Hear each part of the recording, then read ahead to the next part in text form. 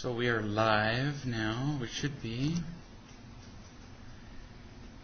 We had a lovely several days in Phoenix. Just got back from Phoenix, where it was a cheery and welcoming 150. Actually, I think it was 115 at worst, which is plenty. But we in Georgia found it to be, we from Georgia actually found it to be unremarkable because it really is dry. It does some good to sweat in Phoenix, whereas in Georgia it doesn't do any good at all. So although it was certainly hot, it wasn't so bad. But we didn't get to see much of Phoenix. We were primarily there just to be there at the seminar. So we saw the hotel and the airport and the hotel and the airport. But we had a wonderful time with the people who were there. The seminar was about real love and parenting, and that was pretty much the focus of the several days that we were there. Had delightful interactions with people before the seminar, during, and afterward. Those of you who were there were, I believe, richly benefited. I know we were. And we look forward to coming back and seeing you again soon. So those of you who missed it, we're sorry that we missed you, and you're certainly welcome to set up a seminar anywhere in the world, and those turn out uniformly well. So today we're going to talk about whatever questions you have sent in, and there have been quite a number, so we'll deal with those primarily. If we get to the questions live, that will be good, but we like to get first to those that are sent in ahead of time, mostly because they're easier to read. Sometimes it's harder to read the ones that are sent in live. So this is from a man that we heard a question from once before about his girlfriend. He gets jealous about her, or because of she tends to flirt with other men. And he says, once again, I'm asking about her. He says there's a guy in her class who has clearly stated that he likes her. I know this because she's told me. He said to her, "You are my bambina," which is Italian for baby. I'll trust him on that since I don't speak Italian. And that's not in the sense of infants. She then told me that she would put him in his place, but a few days later he called her bambina on her Facebook page on the internet. The way he worded the sentence indicated that he was responding to something that she had said earlier. So that lets me know that she is still talking to this guy who clearly admits that he likes her. And even more, she says that she constantly talks about me to him. I don't want to be a jealous or possessive guy, but I really don't think it's appropriate to talk to someone who has indicated that he wants my girlfriend and has no regard for our relationship. I'm so mad, but I know that I have to calm down before approaching her about this. Just not sure how I should approach this. So first I suggest that you remember what I said last time about relationships. You can't have an unconditionally loving relationship where you try to hold on to the relationship. Real love is freely given and freely received. So if you try to reach out and hold on to her, if you try to grab her and imprison her or take real love from her or retain it in any way, you're not going to have an unconditionally loving relationship from her. So you've got to give up any notion of controlling your girlfriend. It doesn't work. You love her unconditionally, and then you wait to see if she is capable of loving you also, which is different than loving you in return, which is trading love. Now, that does not mean that you can't occasionally teach her something about what a committed relationship looks like. You can unconditionally love her, but from time to time, Also teach her about the nature of an unconditionally loving relationship, because she may never have seen one. Many people haven't. So that's okay to teach her from time to time. And in a committed relationship, there's an implication that certain behaviors are unacceptable. In a committed relationship, you don't keep flirting with other people of the opposite sex. And it does sound like she's doing that. So you might say something like this: "Sweetie, I'm not telling you what to do here. I'm not trying to control you. I am telling you what I'm seeing and how that affects me." So you can describe what you're seeing in her behavior and how that affects you without telling her to quit it. You can say, "It's my understanding that you and I are in an exclusive relationship." Now, you can only say that if that's true, but from what you're saying here, when you talk about my girlfriend, it sounds like you're in a committed relationship or an exclusive relationship. And yet, you keep flirting with a man who clearly has more than a brotherly interest in you. When you do that, I don't feel like you're committed to this relationship in the same way that I am. So I just thought I'd tell you that. And I want to check that out. So are you committed to the relationship in the same way that I am? And when you say that, you're not asking her to be committed. What you're doing is checking that out. You're gathering information. And that's the purpose of a relationship that's short or shy of marriage. The whole idea of dating is to gather information. So you're asking her, where are we in this relationship? I'm committed to it. I'm not out dating other women. I'm not out flirting with other women. But it sounds like you are, well, actually it didn't sound like, from what you're telling me, you are flirting with other men. So it sounds like you're less committed to this relationship than I am. So tell me what you think. Where are we? You're gathering information, and that's very useful for you.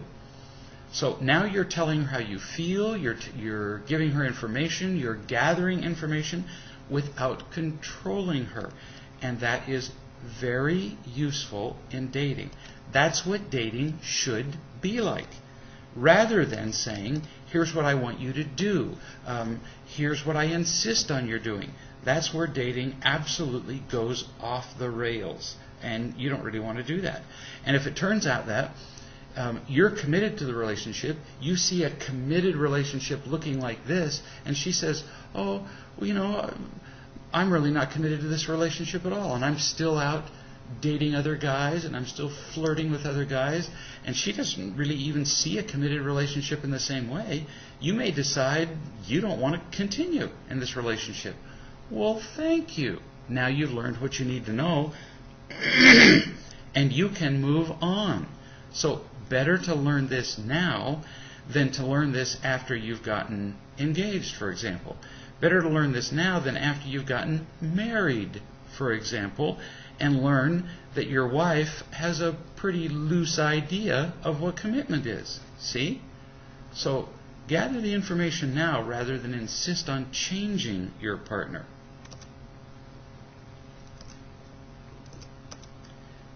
We have here a question from a man named Peter who says, "I'm in the middle of losing my wife for good. Just 2 weeks ago we signed a separation agreement," which does sound like you're in the middle of losing your partner. "I was devastated that I could not persuade her to go for marriage counseling. She felt this was the only right choice for her. And if the only right choice for her was a separation agreement, that sounds pretty terminal. Her reason for the separation agreement was she had to protect herself financially while we were apart, so that if I accumulated debt, she would not be responsible for it should we divorce or get back together. The only reason I had agreed to the separation agreement is because she said she saw this as the only way for us to try and reconcile the marriage." Maybe. Sounds like a bit of an excuse if she's not willing to go for marriage counseling. I'm just telling you that when people separate and they're not willing to get counseling, but they talk about reconciliation, that's usually an excuse, and they're really just planning on divorce. Give it a second chance were her words. However, I asked her if she'd be willing to go to counseling, and she said I had to straighten myself out before she would entertain the idea. Not a good start when they insist that the entire problem is yours. We've only been married for almost 2 years. In fact, our anniversary is September 3rd. I didn't see this coming. I knew we had issues, but I never thought things were this bad, and most people don't. I would do anything to save this marriage. She's the only person who really made me fall head over heels for her. Now, we do speak at least once a day. However, she says to me that she would like a little space to sort things out. I've tried to give her her space, but it's so difficult. I love her with all of my heart. After reading the first 2 chapters of Dr. Baer's Real Love and Marriage, I was blown away. I saw in the first couple of chapters a lot of my wife and myself. So, one thing before I read on that you really got to get in your head is to get rid of that sentence about 3 sentences ago. I love her with all of my heart. Apparently you don't. If you loved her with all of your heart, she wouldn't be asking for a separation agreement. People who feel loved with all your heart don't ask you for a divorce. And if you loved her with all of your heart, you wouldn't see yourself and your wife in all of the first couple of chapters. So it sounds romantic to say, I love my partner with all of my heart, but it would be much better to say, I want to love my partner, but I really haven't known how. Then you continue. I'm hopeful that I can show her how I have made mistakes and would like a true second chance at us being happily in love forever and ever. My question is, am I too late since I've already signed a separation agreement? And how do I get her to bend a little and partake in this marriage? You do what the marriage book talks about, which is going to, or maybe you haven't gotten to that place yet, which is going to involve you telling the truth about you over and over again. So it's going to involve you saying the words that you're going to find in the book. You don't even have to be clever. They're there for you, word for word, pretty much. Don't lean on her to do anything. It's all about you. Talk about how you have not been listening for probably your whole marriage. Talk about how you have failed to love her unconditionally. And as you read through the book, highlight in the book, start over if you have to. Highlight in the book, underline the places that remind you of you. So in the book where it talks about how we are not unconditionally loving, underline those. And then share with her what you're learning, page by page.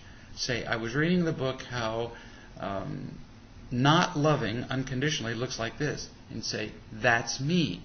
Then give her examples. Say, I can think of when I did this and this and this and this, and those are examples of how I was not unconditionally loving, how I was not listening, how I was not sensitive to your needs. Apologizing just doesn't mean spit, because people apologize and then they do the same thing over and over again. Whereas she will tend to be much more moved by your simply telling the truth. Honesty trumps apologies 10-1. So, tell the truth. Say, this is me. Tell her a story out of the book about a couple, and say, here's a story of a couple where the one person in the couple was not loving, and you say, that's me. I do that. And if you can tell her the truth and then gradually, bit by bit, become more loving yourself, that's what's going to make the difference. So are you too late? Well, who knows? But the only way for you to find out is to begin the process of changing. So you tell the truth, you participate in teleconference calls, you get a coach if possible. you do what it takes. And that's how you'll find out if it's too late.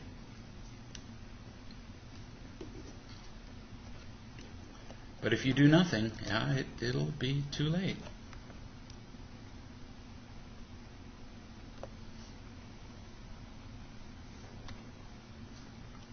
And I've seen some people be pretty resistant to telling the truth. I've counseled some couples where, they come in and they say, just as you suggested here, I'm willing to do anything to save this marriage. And very frequently what they mean is, I'm willing to do anything except tell the truth. Well, that's the only thing that works. So they don't really mean anything. I'm willing to really, what they mean is I'm willing to do nothing. So it's a huge sacrifice, to be honest, because it's the thing that's hardest for us to do.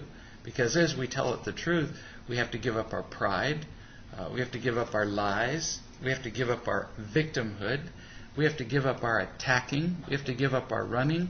In the single act of telling the truth, we have to give up all of our getting and protecting behaviors, don't we? And that just scares us to death. So I get how hard it is, but it's the only thing that works.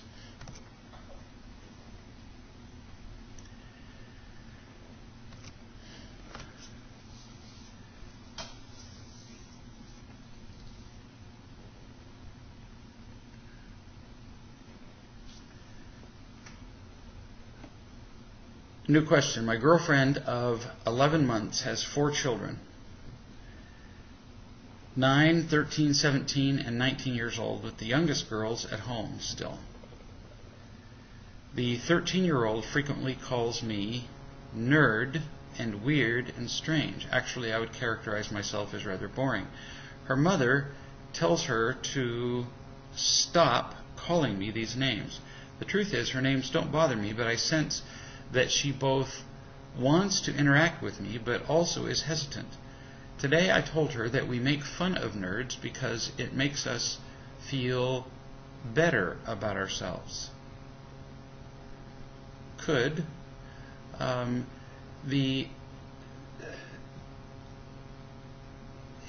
that may be one way to get that across to her. The big thing is that it's just simply not a loving thing to do. And so what I would say to the 13-year-old, if you anticipate having a relationship with her, it's a little complicated to say to a 13-year-old, we call people names to make ourselves feel better about ourselves. It's like a layer too complicated. So to a 13-year-old, I would say, so if I were to call you stupid or fat or slow or peculiar or make fun of you in any one of a number of ways, make fun of your glasses, make fun of the way you dress, make fun of the way you walk, make fun of, would you like it? Or you might ask her, I don't know if it's a her, actually, maybe you said so. Yes, she, you said she. Or you might ask her, is there anybody in your life who makes fun of you?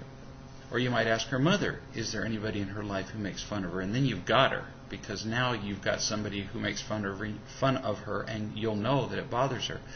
Do you like it? Because nobody likes being made fun of. And then get her to the point where you can say, and the reason that you don't like it is because you know that the person who's making fun of you doesn't love you. Now, the odd thing is that the person who's making fun of you doesn't like it either, because they don't feel loving and you don't feel loved. We feel happiest when we feel loved and when we are loving toward other people. And you remember, you're having a casual conversation with her. You're just sitting with her and talking. You say, think about the times when you've been happiest. The times that we feel happiest are when people are kind to us, when people are loving toward us. Don't you like it most when your mother is nice to you? Sure you do. Now, think about the times, and ask her, think about the times when your mother has been unkind to you. Have there been such times? And you already know her mother, so you know there have been. Do you like it when your mother's unkind to you? Of course you don't. Do you like it when your friends are unkind to you? Of course you don't. So, nobody likes it when there's unkindness going on around them, either to them, nor do we like it when we are being unkind. So, do you imagine that either I like it when you call me nerd or weird or whatever terms that you say, or do you imagine that you are happier when you are using words like that? You don't. But the reason we use words like that is because we feel uncomfortable in other ways, and when we use words like that, it makes us feel briefly stronger or better than other people. Now, like you said today I told her we make fun of nerds because this makes us feel better about ourselves. But by first talking about love, you set up a foundation so that this makes sense. That's what I meant by this is a layer too complicated. You first have to set up something so that this makes sense. Then she'll understand this better. And so then you say, with me, you don't need to do that. You can just talk to me straight without that. You'll find that we'll have a much better relationship without the unnecessary distraction of the names. You'll just find that you're happier and our relationship will be more fun if you just tell me whatever it is that you want to talk about, and then you're done. And she'll get it. She's 13 years old. She'll get it easily. And you have to say this with zero irritation. Nothing. No disappointment. Zip. And she'll understand it. And she'll understand it not just with you, but you will have taught her a lesson that she'll remember for many years to come. Nobody ever bothers to teach kids these lessons. Here's somebody who says, lately I've been hearing that a friend has been saying unkind and untrue things about me. Actually, I got this by phone earlier today. I've been struggling with feeling bad about myself. As a result, I've been feeling unlovable and also unloving as a result of the thoughts I've been having. I want to go to this person and tell them how I feel about what I've been hearing and how I feel about them. I want to tell them what I've heard and correct what they've been saying. I want to stop what they're doing and also stop how I feel. So what can I do? It's always about real love. So you feel bad because you don't feel loved, not because of what they're saying. So step one, it's always about how we feel. It's always about love. So the first step is you need to feel more loved. But from where? From people who have it. So if the person you're talking about is, as they would say, talking smack about you, gossiping about you, speaking evil of you, is it likely that that person has the real love that you need? No. So it would be kind of fruitless, wouldn't it? It would be unproductive to go and have a conversation with that person especially. You go and talk to the person who's gossiping about you, and you're virtually guaranteed, not always, but it's most likely to have that you're going to have an unloving conversation with that person, at least initially. We'll get to the possibility of having a loving conversation in a second. It is unfortunately almost universally accepted and recommended that you should work out your negative feelings about someone with that person. But it's usually stupid, because in every interaction you want to come out of the interaction with more real love than you had when you went into it. So go to somebody that you know you're going to feel more loved by. Then, as you feel sufficiently loved, go to step 2. You want to be loving. So then, if you feel sufficiently loved and you're in a place where you feel like you can go to the person who's been talking about you, and your sole goal is to be more loving toward them. See, this is a whole different thing, whole different approach. If you go to somebody who's gossiping about you and your goal is to correct them, see, your goal there is to be loved by them, is to correct them so you'll feel better. You're dead. If, however, you will go get loved by other people, and now, step 2, your goal is to go to them and simply love them, now you might get something out of this. So, you might go to them, for example, somebody who's gossiping about you, and simply love them. But you don't go to them and make your goal to talk about the gossip.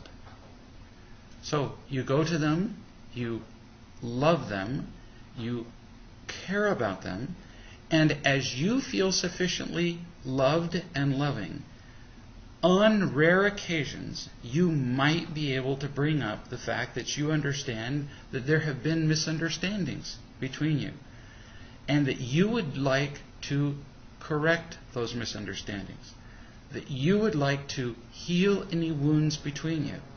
That's an entirely different approach than going to them and saying, I understand you've been talking about me. See the difference? Way different. Because the first goal is to feel better about yourself. The second goal is to help somebody feel more loved by you. I've known on hundreds of occasions that people have been talking about me.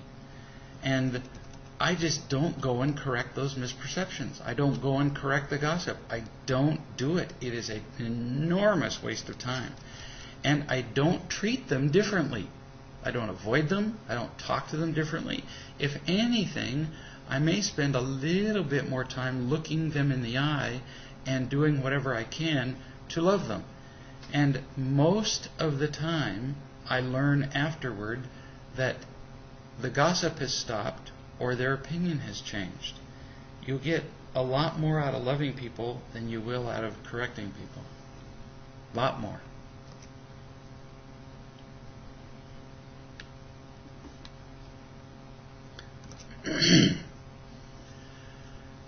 Here's someone who says, I'm having marital issues. I've been reading the Real Love books and been trying to apply the principles.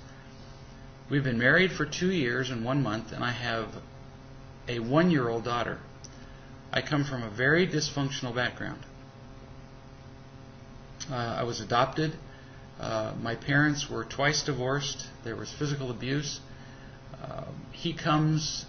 My husband comes from a Leave It to Beaver background, never having been exposed to anything out of the ordinary. Somehow I doubt that this is true. If you're having marital troubles, I'm skeptical of this right from the beginning. My husband is very angry at me, and so my skepticism is warranted already.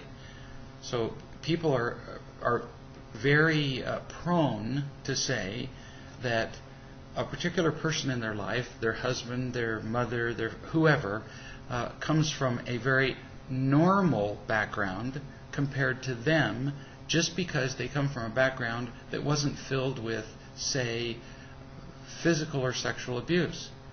But the more you investigate their background, it turns out that their background was nonetheless very unloving. Just because somebody wasn't yelled at or screamed at or beaten or sexually abused does not mean that the home in which they lived was all right. If they received constant disapproval, or if they were neglected or ignored, they still were raised in a home where they were not loved. And so they were stabbed constantly with that knife that is labeled, I don't love you. And the wounds end up hurting, in many cases, just as much as the knife that's labeled sexual abuse or physical abuse. So we have a tendency to minimize the wounds that are maybe not as dramatically labeled as the wounds inflicted by sexual or physical abuse.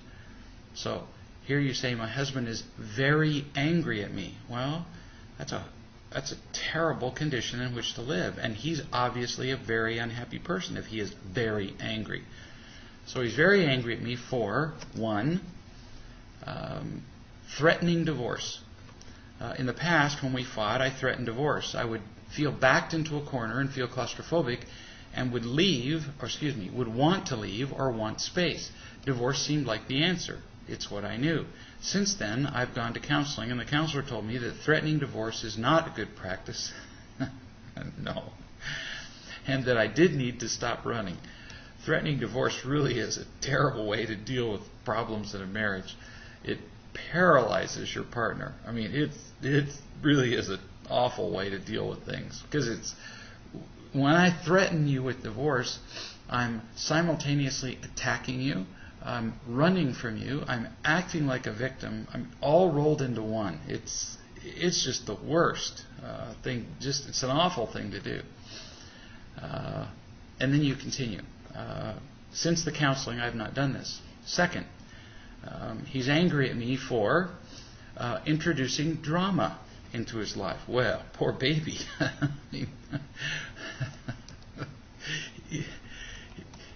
Any of us who get involved in any relationship with anybody are going to have drama introduced into our lives. I mean, my goodness.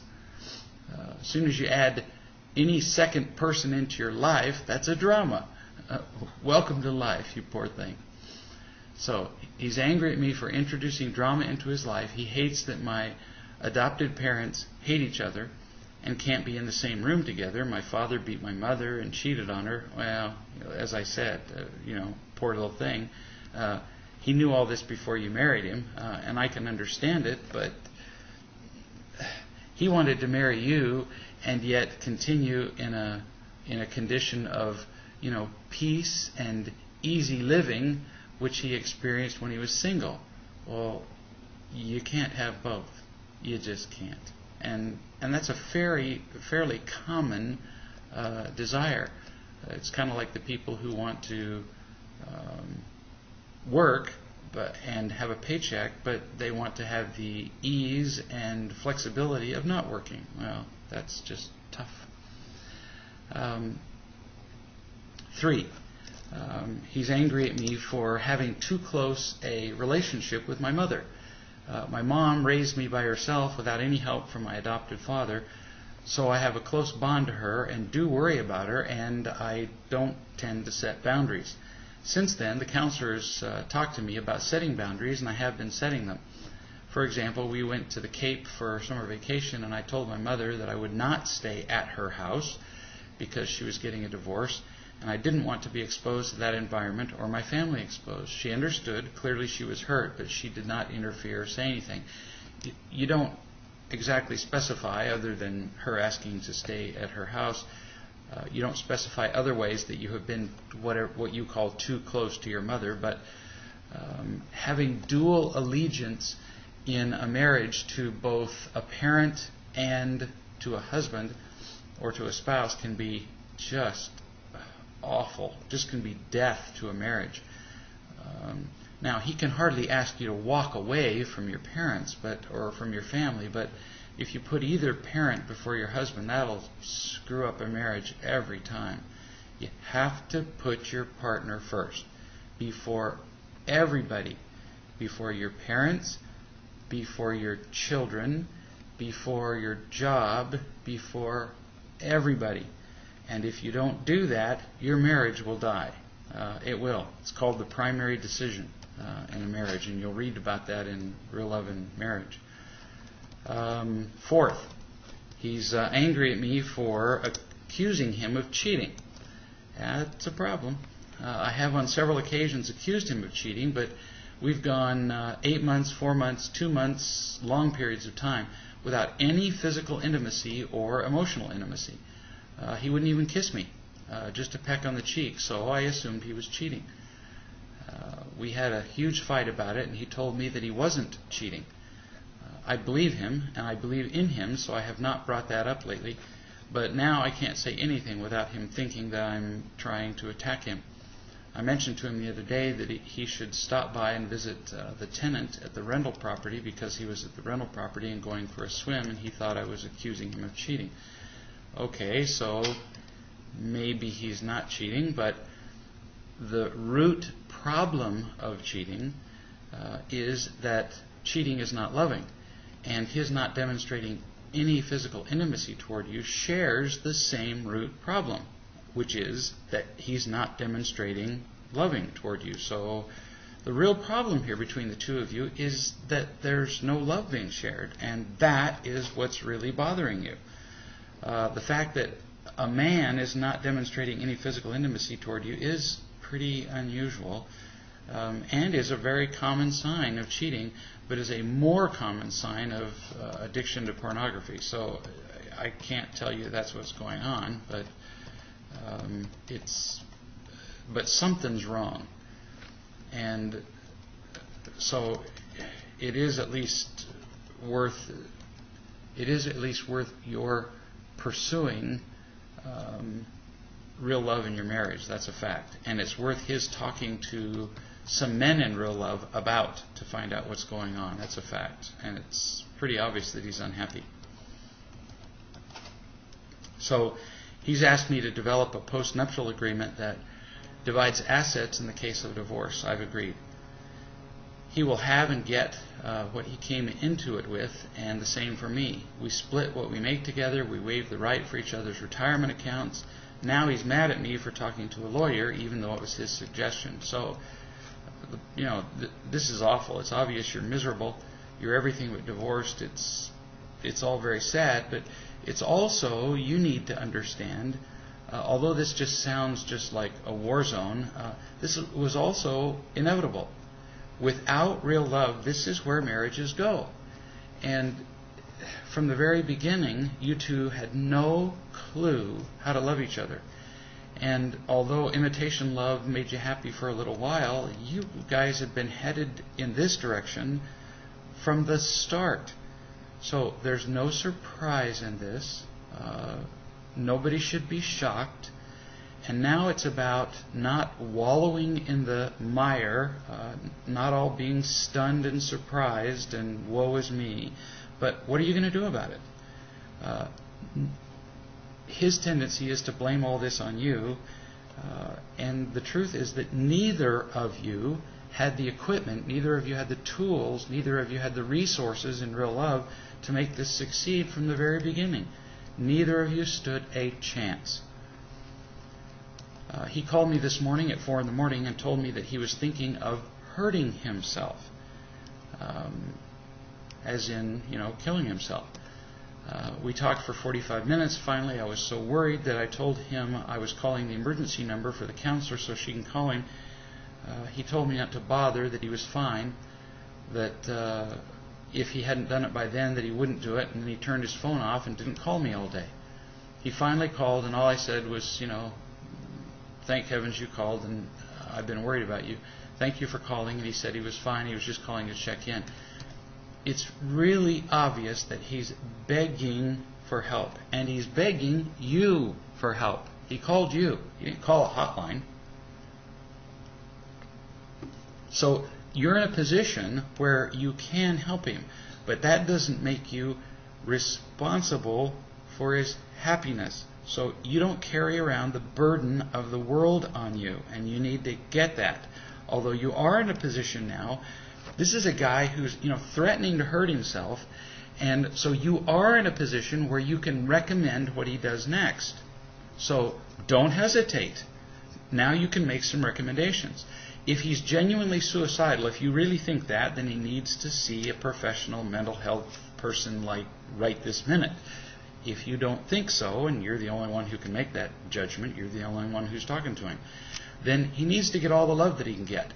Then you can make recommendations like participating in conference calls, reading the Real Love books together with you. I would recommend that he get a coach like now, if he can. But this isn't something that I'd recommend that he do lightly. I mean, when a guy's talking about hurting himself, when a guy's talking about ending his marriage, when you have a child, it's not time to play let's get better casually.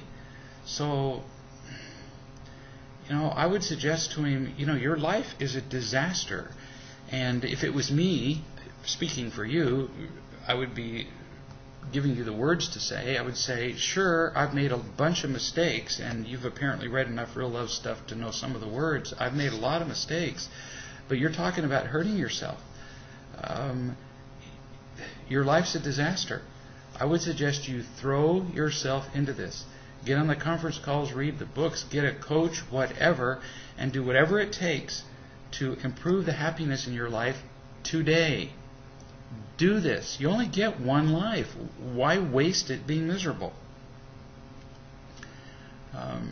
You continue. What else can I do differently? I'm reading books, trying to listen to him and not be defensive, but rather let him get his anger out. Not defend my mother when he insults her. He doesn't like her, but it's hard. Hurts deeply when he ignores me or says cutting remarks to me, or tells me how I've ruined his life and he's at the bottom of the barrel and how he's a failure as a father and doesn't love our daughter or me, and that that we would be better off without him. I don't know if this is real or just a manipulation technique. He's just in pain, sweetie. Just because he uses the word you and blames it on you does not mean that it's about you.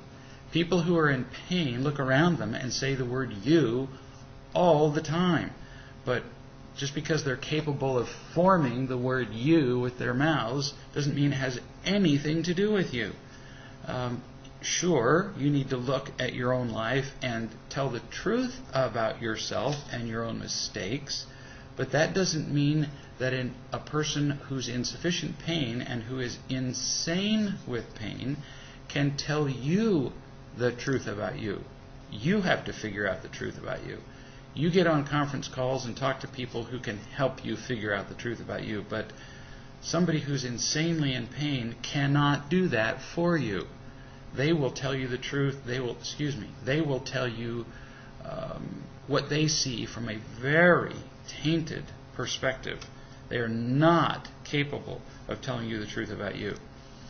All I know is that my marriage, you continue, is the most important relationship I have, next to my daughter and followed by my mother. You're going to have to revise that priority. Your marriage is going to have to be more important to your daughter if you're going to fix your marriage. And when you say followed by my mother, you're going to have to drop your mother down even a further notch to where you don't even mention your mother. That's just a suggestion. I've agreed to sign the postnup as a sign that I don't want his money and relinquish any entitlement I have to appreciation of his property for me and daughter, and fine. Talking about divorce agreements at this point is irrelevant. You're going to have to work on your relationship. So don't listen to what he says to hurt you. It's all about what you're going to do next. Read the real love books. Tell him what you're learning about your mistakes. Give him hope that there is a better way, which he will see as you tell the truth and as you feel happier. It's pretty clear that he feels hopeless. And he's only going to really see a light at the end of the tunnel as he sees a light in your eyes. You're going to be the sole representation of real love on the planet for him. And possibly, as a result of the light he sees in you, will be led to real love in other people on the conference calls, coaching, and so on. So that gives you an opportunity to lead him to something better, but again, doesn't make you the soul. It doesn't give you the burden of changing his life. Never does. You're not the savior. So you have a chance, but he'll either take it or he won't. Do what you can do.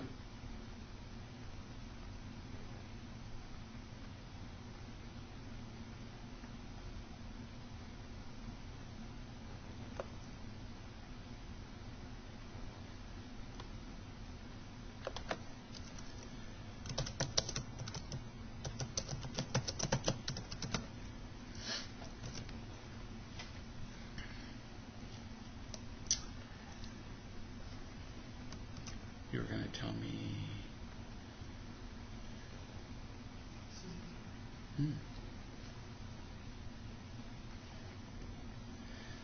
Okay.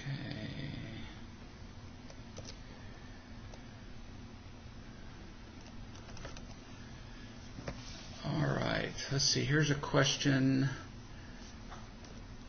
I had a question regarding how to best respond to a comment from our 12-year-old son, Jamie. Jamie got a skateboard and mentioned, unsolicited at dinner, he said, Drew, who is his friend, keeps teasing me every time I mess up because I'm better at everything else than he is, than Drew is, and skateboarding is the only thing that he's better at than me. So, get the picture. Drew is the friend, and Jamie's the kid, and Jamie does everything better than Drew except for skateboarding. And so Jamie comes to dinner and says, Drew keeps teasing me because I'm better at everything else than Drew is except for skateboarding. And the mother here says that her husband asked the son, Jamie, how does that make you feel? And Jamie said, well, okay, doesn't bother me because Drew has been skateboarding for 3 years and I just started today. So Jamie claims that it doesn't bother him that his friend is teasing him. And the mother says, we felt as though there was something else we should have said to address his comment, and we're wondering what you would suggest in response to what he shared. The way you handled it, you could just leave it alone. You could use it as a further teaching moment, if you wished, and say to the child something like, to teach you more about why people behave as they do. So you could say, so do you understand why Drew teased you? Most kids will say, no. And so then you teach the child more about why his friend behaved as he did. Not to change the friend's behavior, but just to educate Jamie about his friend. So you could say something like, people don't ever tease you unless they're unhappy. Happy people, happy, loved people, never tease people in an unkind way unless they're, actually they don't ever tease in an unkind way, and they don't point out other people's mistakes unless there's an understanding that they have permission to do that. So it's pretty clear that this kid, like it says here, keeps teasing me every time I mess up. That's not kind. And it's not done with Jamie's permission. So clearly it is unkind. You would not do that if you felt good about yourself. You would not do that if you were happy. And so that's what you're going to point out to your son. You're going to say people who feel happy and full and loved don't do that. They don't. They simply allow people to make mistakes and learn from them. And so you would say to your son, when you make a mistake on the skateboard, do you know that you make the mistake? The kid's going to go, duh, sure I know. So you know you make the mistake. Your friend knows you make the mistake, and your friend knows you know you make the mistake. So the only reason that your friend is pointing out the mistake is to be mean. It's the only reason he's doing it. He's doing it so he feels what? Ask him. Well, he looks better by comparison, which gives him a little feeling of praise, a little feeling of, looking better. And he gets a feeling of power over you. Now, that's just so you know what he's doing. We're not trying to get him to stop it. We're not trying to get you to be mad at him, but just so you know what he's doing. And if you're not bothered by it, you don't have to do anything about it, but it helps you to understand what your friend is doing. In fact, the better you understand what your friend is doing, the less you'll be bothered by it. You can see that he's just feeling empty. And then you may be able to just let it slide right off you. As kids understand what's going on around them, as things are less mysterious, as they're less confusing, kids can usually tolerate more and more that happens around them. So simply teaching Jamie this can very often be just a powerful thing all by itself. Now, the mother continues and says, if teasing did bother him, and see, after giving that explanation, you might even say, now, knowing that, does it bother you that this kid teases you? Because you may learn that after you explain it, you may say, so knowing that, does it bother you when he does that? Because after you say, you know you make these mistakes, and knowing that you make them, does it bug you that this kid points them out anyway? And he may say, well, yeah, it does kind of bother me. You can say to the kid, you don't ever have to stay in a situation where you're feeling stressed. And none of us do. We never have to stay in a situation where the love that we have is being exhausted. So one approach might be to say to the friend, and this is something you can practice with the kid, would you like it if I made fun of the way that you blank? And like you just said, Jamie does pretty much everything better than Drew except other than skateboarding. So you might ask Jamie to think of something he does better than Drew. So then you fill in the blank. Would you like it if I made fun of the way you, I don't know, spoke English? Would you like it the way you played baseball? Whatever. And then Jamie would obviously, or Drew would obviously say no. So then Jamie could then say, well, in the same way, I don't especially enjoy your pointing out every mistake I make when I'm skateboarding either. I know when I'm screwing up, and I don't need your help pointing out each time I make a mistake. Now, I'm not telling you to stop. I'm just telling you that I don't need your help seeing the mistake. See, now look how cool this is. He's not controlling his friend.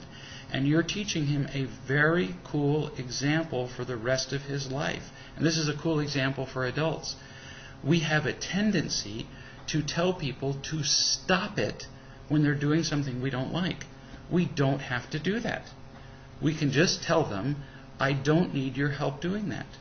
Or, I don't especially enjoy it when you do that. Now then, let's say that Jamie or Drew does keep it up. Let's say that he continues pointing out all the mistakes. Then Jamie can say to the kid, you can keep this up if you want to, but then I will skateboard somewhere else. Somewhere where I can be separate from you. No anger, no nothing. But we do not need to control the choices of other people. We simply then can make choices so that we are separated from the people who continue to make choices that we don't like. We don't ever have to be in a place where the love that we have is exhausted. We just don't have to do that.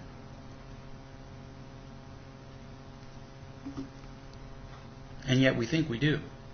We feel trapped.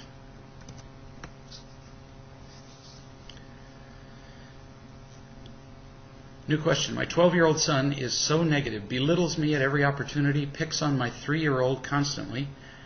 It's like a thick cloud in the air when he's around. I get to where I don't even like to be in the room with him. Imagine a mother not even liking to be in the room with her 12-year-old, which is common. The kid is always very negative, and he's more than lazy as well. He is, however, grateful for what we do for him. So, with children, it's about loving and teaching, consistently loving and teaching. A child is negative consistently because usually parents aren't consistent about teaching the child. So if a child, a 12-year-old, belittles the parent consistently, and we did an example of this earlier actually in this video chat, then the parent must, every single time a child speaks negatively about either the parent or is controlling toward the 3-year-old, the parent has to stop what they're doing. Stop. And then sit with the 12-year-old and say, so, for example, let's say that the 12-year-old says, I really hate the way you whatever. I think it's really stupid when the way you fix pot roast is stupid, because you said he belittles everything. So we'll make up an example. So you stop what you're doing, you sit with a 12-year-old and you say, so think of an example where I belittle, where I criticize what you do. And if the child can't think of an example, you think of an example. Because I'll bet you can. This child doesn't make up being negative on his own. The child has almost certainly had negative examples from you. If you can't, you can surely think of an example. So you say to the child, do you like it when I criticize you? Of course not. The kid hates it when you criticize him. Now, can you think of some examples when I've held you and touched you and been kind to you and done things for you? Like you just said, the child is grateful when you do things for him. Now, which do you like better? When I'm critical and angry toward you and telling you what to do and telling you you're stupid or whatever it is you've done to be critical, or when I'm loving toward you and kind toward you? Well, obviously the kid likes it when you're kind and loving and gracious. Well, everybody likes it when you are loving and kind and positive toward them. Now, just a moment ago, you said, I hate it when you make your stupid pot roast. Now, do you imagine that I like it anymore, or do you imagine that anyone likes it anymore when you speak that way toward them? No. Now, continue, because you don't want to just make it about you. You don't want to just make it about the way the child treats you, because then you'll think that you're asking for some love from the child. You don't want that. You say, I want to also tell you that when I treat you in a loving way, I'm happier. And so will you be. Then you want to point out an example when the child has been loving towards somebody. Now, you may have to reach back into the distant past for that, but I'll bet you can think of an example. Point out an example when the child has been kind toward a brother, a sister, toward somebody, and say, how did you feel when you behaved in that way? Invariably, we're happier when we're kind and loving. And say, that's why I'm suggesting that you behave in a different way than the way you just spoke toward me. You will be happier. Now, I'm not telling you you can't do it. I'm just suggesting that when you behave in a loving way, when you use words other than stupid, other than bad, other than dumb, you will be happier, and the people around you will be much happier too. That's all I'm telling you. And you point that out every single time the child behaves in a negative, critical way. If you do it every time, the child will get it. But we tend to be lazy. Like you said, it gets to the point where you don't even want to be around the child anymore. And the children notice that. When they speak negatively, they notice that we tend to avoid them. And sometimes they'll use these negative behaviors and they'll speak in these critical ways just to get our attention, even if it's negative attention. So again, we're back to that word that we use in parenting all the time, which is we need to consistently love and teach them. And in the long run, it really pays off.